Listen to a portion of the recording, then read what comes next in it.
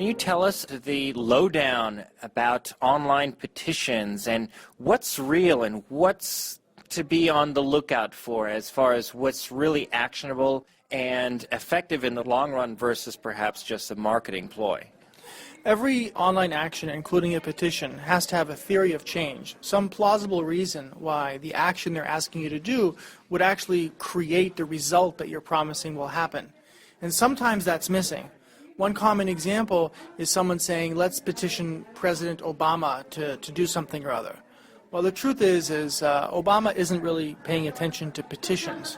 Not because the organization promoting it isn't worthwhile or the cause isn't worthwhile, just that there's so many of them and there's so many competing demands for the president's time that there's usually no good theory of action for why you signing a petition will have an impact.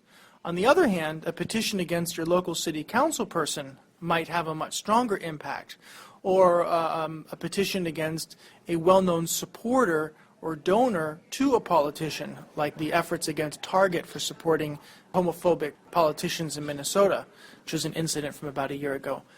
So the lower down the chain of power you go, the more likely things like petitions will be, because it's hard to get online actions to really achieve something in the world.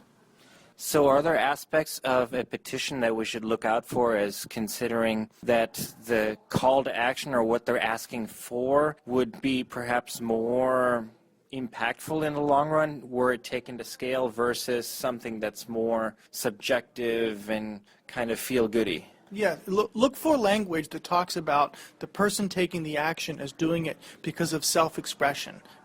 We feel very strongly, we're the kind of person who would sign this believes in X, Y, and Z.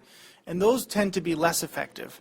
More effective is where the language asking you to sign the petition talks about why it's likely to have an impact. For example, a petition that is going to be delivered at a public occasion by real volunteers, or talking about why, if you are a resident, a consumer of a particular product, or a resident of a geographic area, why your signature would make a difference at this time. Or maybe it's a special group that you belong to, like small business owners, why it would make a difference. So look for that language that gives a good reason for why your signature will make a difference.